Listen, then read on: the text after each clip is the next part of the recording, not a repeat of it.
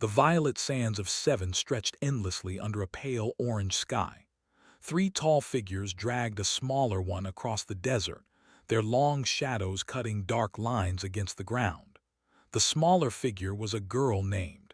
She was 16 years old, and her three older brothers were taking her to die. Had pale blue skin like all, but unlike most of her kind, she had been born different. She could feel the emotions of others. When someone near her felt anger, she felt it too. When someone felt sadness, it pressed against her chest like a heavy stone. Her people called this condition a defect. They called it a sickness of the mind. They called it shame. Her eldest brother gripped her upper right arm so hard that his claws left marks on her skin. Her second brother held her upper left arm. Her youngest brother walked behind them, carrying a shovel. None of them spoke to her. None of them looked at her face. To them, she had already stopped existing. Did not struggle. She had stopped struggling years ago when she realized that fighting only made things worse. Her family had kept her hidden in a basement room for most of her life. They fed her scraps and spoke to her only when necessary. Her mother had once told her that giving birth to her was the greatest regret of her life. Her father had simply pretended she did not exist at all. Now her parents had finally decided that hiding her was not enough. The neighbors had started asking questions. Other families had begun to whisper about the household and the strange daughter no one ever saw. Her parents could not allow such whispers to continue. They could not allow their reputation to suffer any longer. So they had sent their three sons to perform the old ritual. The cleansing, they called it. It was an ancient tradition that most modern pretended had disappeared long ago. But it had not disappeared. It had simply moved into the shadows where no one talked about it. Stopped walking. They had reached a flat area surrounded by small rocks. He released his arm and nodded to who began digging. The sound of the shovel cutting into sand was the only noise in the empty desert. Stood motionless between her two older brothers. She could feel their emotions pressing against her mind. From she felt cold determination and a small amount of relief. From she felt impatience and boredom. From she felt nothing at all. Her youngest brother had always been empty inside, like a hollow shell walking around in the shape of a person. The hole grew deeper, worked quickly and without rest. He had always been the strongest of the three brothers, and he seemed eager to finish this task and return home. When the hole was deep enough, grabbed by the shoulders and pushed her toward it. She stumbled and fell into the sandy pit. The impact knocked the breath from her lungs. She lay on her back, looking up at the orange sky and the three dark shapes of her brothers standing above her. Spoke the traditional words. His voice was flat and emotionless. We return the broken to the ground. The family is whole again. Then the sand began to fall. Shoveled it onto her body with quick, efficient movements. Kicked loose sand into the hole with his feet. Simply watched, his four arms crossed over his chest. Closed her outer eyes but kept her inner eyes open. She watched the sky disappear piece by piece as the sand covered her face. She did not scream. She did not beg. She had learned long ago that her brothers enjoyed it when she showed fear. She would not give them that satisfaction. The weight pressed down on her chest. Sand filled her nostrils and crept into the corners of her mouth. She could hear her brothers placing heavy stones on top of the grave to make sure she could not dig herself out. Their footsteps vibrated through the ground as they walked away. Then there was only silence. Lay in the darkness beneath the sand and stones. Her four arms were pinned against her sides. Every breath brought more sand into her lungs. The weight on her chest made each breath shallower than the last. She thought about her life and realized there was very little to think about. She had spent most of her years in a small, dark room. She had never had a friend. She had never been to school. She had never felt sunlight on her face for more than a few minutes at a time. Her entire existence had been defined by the shame her family felt about her. The only thing that had ever brought her comfort was her ability to feel emotions. Even though it caused her pain when others felt anger or hatred, It also allowed her to feel joy and love when she sensed it in strangers passing by her basement window. She had lived her whole life feeding on scraps of happiness that belonged to other people. Now even that small comfort was being taken away. Her lungs burned. Her heart beat faster as her body fought for oxygen that was not there. She could feel herself slipping away, her consciousness fading like a light growing dim. In her final moments of awareness, thought about what would happen after she died. Her family would go on with their lives.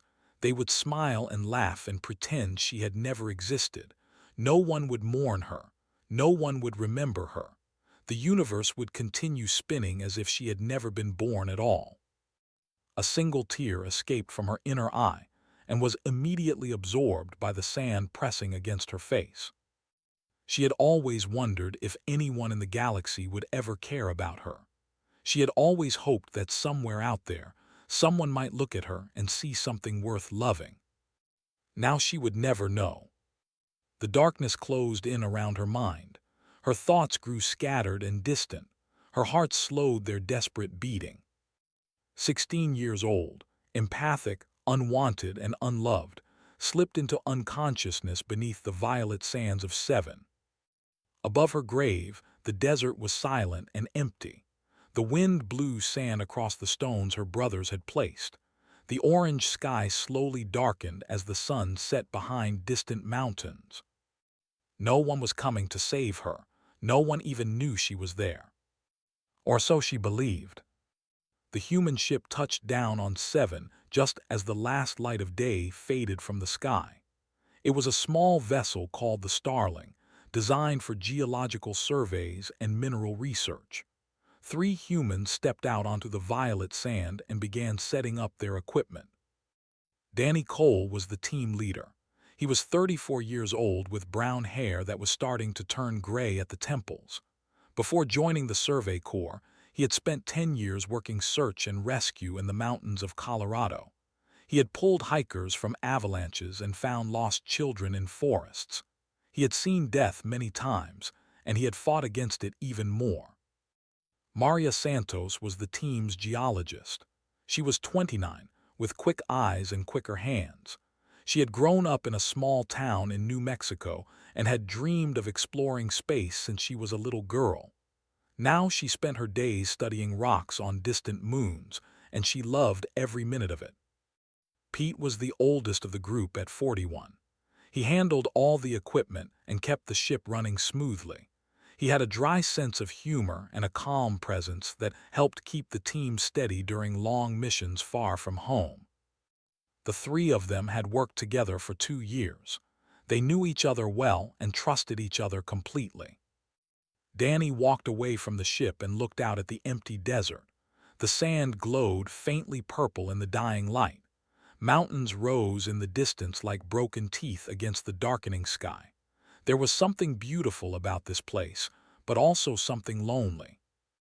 He pulled out his scanner and began taking readings of the area. The device showed temperature variations, mineral deposits, and radiation levels. Everything looked normal at first. Then he noticed something strange. About 2 kilometers to the east, there was a small heat signature that did not match the surrounding terrain. It was faint, barely visible on the scanner, but it was definitely there. Something was generating warmth in the middle of the cold desert. Danny frowned and adjusted his scanner to get a clearer reading. The signature was weak and getting weaker. Whatever was causing it was losing heat quickly. Maria walked over to him and looked at his screen. "What did you find?" "I'm not sure," Danny said. "Could be a geological anomaly. Hot spring maybe, or volcanic activity beneath the surface." Maria shook her head. "The geological surveys don't show any volcanic activity in this region. Probably just a sensor glitch." Danny stared at the reading for a long moment. His instincts were telling him something was wrong. In his years of search and rescue, he had learned to trust those instincts. They had saved lives more than once. "I want to check it out," he said. Maria raised an eyebrow. "It's getting dark, Danny. We should set up camp and start the survey in the morning." It won't take long. The heat signature is fading fast. If we wait until morning, it might be gone. Pete joined them, carrying a case of equipment. What's going on? Danny showed him the scanner. Thermal anomaly, 2 clicks east. I want to investigate. Pete looked at the reading and then at the darkening sky. Could be nothing. Could be something, Danny replied. The three of them stood in silence for a moment. Then Pete shrugged and set down his equipment case. Well, I didn't join the Survey Corps to play it safe. Let's go take a look. They took the ground vehicle, a small 6-wheeled rover designed for rough terrain. Danny drove while Maria monitored the scanner and Pete kept watch for any dangers. The desert was quiet and empty around them. As they got closer to the location, Danny felt his unease growing. Something about this place felt wrong. He could not explain it, but his gut was telling him to hurry. They reached the coordinates and stopped the rover. Danny stepped out and looked around. At first, he saw nothing unusual, just sand and rocks and darkness. Then he noticed the disturbed ground. A patch of sand had been recently moved. He could see the marks where someone had dug and then filled the hole back in. Heavy stones had been placed on top in a deliberate pattern. Danny's blood went cold. He had seen arrangements like this before, not on alien worlds but on Earth. In his search and rescue days, he had found shallow graves in the wilderness. He knew what they looked like. Maria, Pete, get over here, he called out. His voice was tight with urgency. The other two joined him and saw what he was looking at. Maria covered her mouth with her hand. Pete's face went pale. Danny dropped to his knees and began pushing the stones aside. His hands worked frantically, throwing rocks left and right. Pete grabbed a portable shovel from the rover and started digging beside him. Maria used the scanner to locate the exact position of the heat signature. It's right here, she said. About half a meter down, but the reading is almost gone, Danny. Whatever's down there is barely alive. Danny dug faster. His fingers scraped against sand and stone. Sweat dripped down his face despite the cold air. He could hear his own heartbeat pounding in his ears. Then he touched something that was not sand. It was skin, cold and smooth and blue. He cleared away more sand and revealed a face. It was a young alien girl with pale blue skin and 4 closed eyes. Sand filled her nostrils and mouth. She was not breathing. No, Danny whispered. No, no, no. He pulled her out of the grave with desperate strength. Her body was limp and cold. She had 4 arms that hung loosely at her sides. She looked young, maybe the equivalent of a human teenager. Maria pressed the scanner against the girl's chest. I'm reading 2 heartbeats. Both are extremely weak. She's alive, Danny, barely. Danny tilted the girl's head back and cleared the sand from her mouth and nose. He had performed rescue breathing hundreds of times on humans. He did not know if it would work on an alien, but he had to try. He breathed into her mouth and watched her chest rise slightly. He did it again and again. Pete started chest compressions, guessing where her hearts might be based on the scanner readings. For 30 long seconds, nothing happened. Then the girl coughed. Sand and fluid sprayed from her mouth. Her 4 eyes fluttered open and then closed again. She took a shallow, rasping breath on her own. Danny gathered her into his arms and stood up. She weighed almost nothing. Her body was thin and fragile, like she had not been properly fed in years. Get the rover started, he said to Pete. We need to get her to the ship now. They drove back across the desert faster than was safe. Danny held the girl against his chest, trying to share his warmth with her. Her breathing was weak but steady. She was alive. Against all odds, she was still alive. Maria looked back at them from the front seat. Her eyes were wet with tears. Who would do this? Who would bury a child alive? Danny did not answer. He did not have an answer. All he knew was that someone had tried to kill this girl, and he had found her just in time. He looked down at her pale blue face and made a silent promise. Whoever had done this would not get another chance. He would make sure of that. The starling appeared on the horizon, its lights cutting through the darkness like a beacon of hope. Opened her eyes and saw white. For a moment, she thought she was dead. She had heard stories about what happened after death, and some of them spoke of a bright white light that welcomed the departed into the next world. But then she felt pain in her chest and sand still scratching her throat, and she knew that dead people did not feel such things. She was lying on something soft. A bed, she realized. A real bed with clean sheets and a warm blanket. She had not slept in a real bed since she was very young, before her family had moved her to the basement room. The walls around her were white and curved. Strange machines beeped and hummed nearby. A soft light came from panels in the ceiling. Nothing looked familiar. Nothing looked like anything she had ever seen before. Then she saw the creature sitting in a chair by the door. It was watching her with two eyes that were brown and warm. It had only two arms and strange soft skin that was pink and tan. Short brown hair covered the top of its head. It was one of the beings her people called humans. Hearts began to race with fear. She tried to sit up, but her body was too weak. She tried to scream, but her voice came out as a dry croak. The human raised its hands slowly, showing her that they were empty. It spoke words that she did not understand at first. Then a device on the wall translated the sounds into her language. "You're safe. No one is going to hurt you." Stared at the creature. Her people told many stories about humans. They said humans were dangerous predators from a deadly world. They said humans were aggressive and violent and unpredictable. They said humans could not be trusted, but had a gift that her people considered a curse. She could feel the emotions of others. She reached out with her mind and felt what the human was feeling. She expected to find hunger or cruelty or cold indifference like she had felt from her brothers. Instead, she felt concern. She felt worry. She felt a warm protectiveness that wrapped around her like a blanket. The human was afraid for her. The human wanted her to be okay. Had never felt such emotions directed at her before. Not from her parents, not from her siblings, not from anyone in her entire life. The sensation was so overwhelming that she began to cry. The human stood up slowly and took a careful step toward her. "My name is Danny Cole. My friends and I found you in the desert.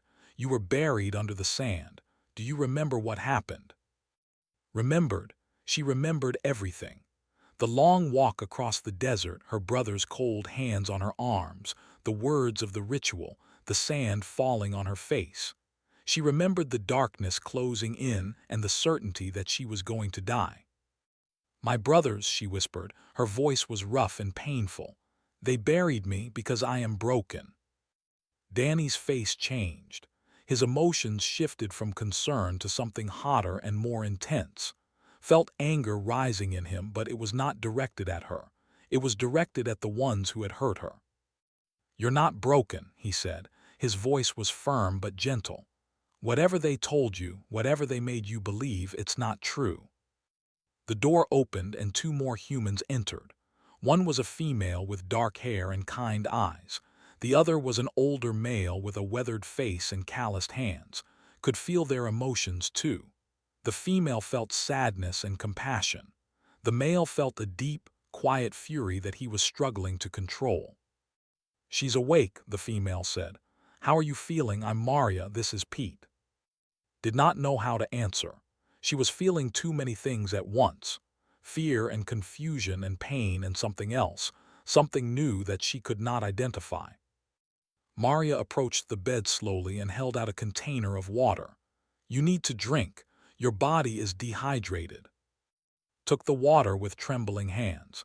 She drank slowly, feeling the cool liquid soothe her burning throat. When the container was empty, Maria gave her something to eat. It was a small packet of nutrients designed for non-human species. It tasted strange, but was so hungry that she did not care. While she ate, Danny sat down in the chair again. He kept a respectful distance, never moving too close or too fast. Appreciated that. She was not used to being touched without pain following. "Can you tell us your name?" Danny asked. She said. Danny repeated, "That's a beautiful name. Can you tell us why your brothers did this to you?" Looked down at her 4 hands. They were thin and weak, the hands of someone who had been kept in darkness and fed barely enough to survive. "I was born wrong," she said. "I can feel what others feel. Their emotions become my emotions. My people call it a sickness. They say it brings shame to the family." She waited for the humans to recoil from her. She waited for them to look at her with disgust like her family always had. But their emotions did not change. If anything, they felt even more compassion for her. "That's not a sickness," Maria said softly. "That's a gift." Looked up at her with all 4 eyes. No one had ever called her ability a gift before. No one had ever looked at her like she was something other than a burden. Pete, the older human, cleared his throat. His voice was rough with emotion. "What kind of people bury their own kid alive? What kind of monsters do something like that?" "Pete," Danny said quietly. His tone was a warning but a gentle one. Pete shook his head and turned away. Could feel his anger and grief mixing together into something powerful. She could feel that he wanted to hurt her brothers, wanted to make them pay for what they had done. But beneath all that anger, she could also feel his love. He loved people he had never met. He cared about children who were not his own. He was furious because he could not understand how anyone could hurt someone so young. Had never known that strangers could feel such things for her. The tears came again, stronger this time. She cried for the years she had spent in darkness. She cried for the family that had never loved her. She cried for the girl who had been buried alive and left to die alone in the desert. And she cried because 3 aliens from a distant world called Earth had come to save her, and they had not asked for anything in return. Danny moved closer to the bed. He did not touch her, but he was close enough that she could feel the warmth radiating from his body. "We're not going to send you back," he said. "I don't know what comes next, but I know that much. Whatever happens, we figure it out together, okay?" Looked into his brown eyes and felt his sincerity. He meant every word. This strange human with only 2 arms and soft pink skin had decided to protect her, and nothing in the universe was going to change his mind. "Okay," she whispered. She was still afraid. She was still confused. She still did not understand why these creatures were being so kind to her. But for the first time in her life, she was not alone. Danny smiled at her, and she felt the warmth of it in her chest. Later that night, after Maria had checked her vital signs one more time and Pete had brought her another packet of nutrients, lay in the soft bed and stared at the ceiling. Danny was sitting in the chair by the door, his eyes closed but his mind still alert. He had refused to leave her alone. She was still not sure what to make of these humans. Everything she had been taught about them was wrong. They were not monsters or predators. They were something else entirely. They were kind. Closed her 4 eyes and slept without nightmares for the first time in years. 2 days had passed since the humans pulled from her grave. She was getting stronger now, able to walk around the small ship and eat solid food. The color had returned to her blue skin, and her 4 eyes had lost their dull, lifeless look. She spent most of her time learning about the humans and their world. Danny showed her pictures of Earth on a small screen. She saw blue oceans and green forests and cities that stretched toward the sky. She saw mountains covered in white snow and deserts that looked nothing like the violet sands of Seven. Maria taught her simple words in the human language. "Hello, goodbye, thank you, please," repeated them over and over, enjoying the strange sounds they made in her mouth. Pete fixed things around the ship and told her jokes that she did not always understand but laughed at anyway because they made him smile. For 2 days, allowed herself to believe that everything might be okay.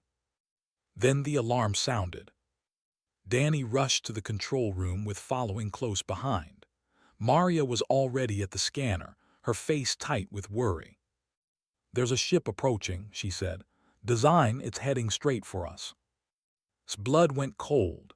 She knew without being told who was on that ship. She could already feel their emotions reaching out across the distance, cold and sharp like knives made of ice. "My brothers," she whispered, "they're coming back." Danny turned to look at her. His face was calm, but she could feel the fierce determination burning inside him. "They're not going to take you, I promise." The ship landed a few hundred meters away from the Starling. Three tall figures emerged and walked toward the human vessel with long, confident strides. Was in front, his four arms swinging at his sides, and followed close behind. Danny stepped out of the ship to meet them. Maria and Pete flanked him on either side. None of them carried weapons, but they stood their ground like soldiers facing an enemy army. Watched from a window inside the ship. Her hearts were pounding so hard that she could hear them in her ears. She wanted to run, wanted to hide, but she forced herself to stay and watch. She needed to know what would happen. Stopped a few meters from the humans. He was much taller than them, with broad shoulders and muscular arms that could easily crush a human skull. His face showed no emotion, but could feel the irritation radiating from him. He had not expected complications. "Human," said, his voice was deep and cold. "You are on territory, state your purpose here." Danny's voice was steady. "We're a geological survey team from the Earth Confederation. We have permission to study the mineral deposits on this moon. Our permits are filed with the appropriate authorities." Waved one of his hands dismissively. "I am not interested in your permits. I want to know if you have found anything unusual during your survey." "Nothing but rocks and sand," Danny replied. Felt the lie in his words. She also felt that Danny did not care if it was a lie. He would say whatever was necessary to protect her. The second brother stepped forward. His eyes were narrower than his expression more suspicious. "We are searching for a dangerous criminal who escaped our custody. She is a young female with blue skin and 4 arms. She is mentally unstable and poses a threat to herself and others." Maria laughed, a short, bitter sound. "A dangerous criminal." She looked about 16 years old. The brothers froze. Eyes widened slightly before he controlled his expression. "So you have seen her?" Danny did not hesitate. "I didn't say that. My colleague was speaking hypothetically." Stepped closer to Danny, using his height to try to intimidate the human. "Do not play games with me, little creature. If you are hiding what belongs to us, there will be severe consequences." Danny did not step back. He did not look away. He stood perfectly still and met eyes without flinching. "She doesn't belong to you," Danny said quietly. "No person belongs to anyone else." His face twisted with anger. "You know nothing of our culture or our laws. The female is property of the family. We have the right to do with her as we please." Pete spoke up from Danny's right side. His voice was calm, but his eyes were hard. "Where we come from, we have a word for people who think they can own other people. We fought a war to get rid of them." The youngest brother moved his hand toward the weapon at his belt, stopped him with a gesture. "We will search your ship," announced. "You will stand aside and allow us to conduct our inspection." Danny shook his head slowly. "This ship operates under Earth Confederation law. You have no authority here. If you want to search it, you'll need to file a formal request through diplomatic channels." His anger flared hot and bright. Could feel it from inside the ship like heat from a fire. "I do not need permission from your pathetic government. I will take what is mine." He reached for Danny, his clawed hand moving toward the human's throat. What happened next was so fast that almost missed it. Danny stepped to the side, grabbed his arm, and twisted it at an angle that made the larger alien cry out in surprise and pain. Before could react, Danny had moved behind him and was holding his arm in a lock that would break it if he applied more pressure. And started forward, but Maria and Pete moved to block them. "I spent 10 years pulling people off mountains and out of avalanches," Danny said calmly. "You learn a few things about how bodies work. Now I'm going to let you go, and you're going to take your brothers and leave. And if you come back, I'll file a report with the Earth Confederation about an unprovoked attack on a civilian survey team. Do you know what happens when humans think their people are being threatened?" He released and stepped back. The three brothers stood together, their faces showing a mixture of rage and disbelief. They had expected the humans to be weak. They had expected them to back down. Rubbed his arm where Danny had twisted it. His voice was low and dangerous. "This is not over. If we discover you are hiding what belongs to us, we will return, and we will not be so merciful." The brothers turned and walked back to their ship. A few minutes later, the vessel lifted off and disappeared into the sky. Danny waited until it was gone before returning to the Starling. His hands were shaking slightly, though his face remained calm. Maria put a hand on his shoulder. Pete let out a long breath. Met them at the door. She was trembling all over, her 4 arms wrapped around herself. She looked at Danny with eyes full of fear and confusion. "Why did you do that?" she asked. "Why did you lie for me? You could have given me back. It would have been easier. They could have hurt you." Danny knelt down so that he was at her eye level. His brown eyes were warm and steady. "Because easy and right aren't the same thing," he said.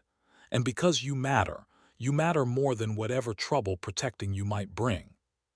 Felt his emotions wash over her. She felt his conviction and his courage and his stubborn refusal to let anyone hurt a child on his watch. She felt something else too, something she had never felt directed at her before. She felt love. Not the romantic kind, but the kind that parents feel for their children. The kind that makes someone willing to face danger and hardship for another person's sake.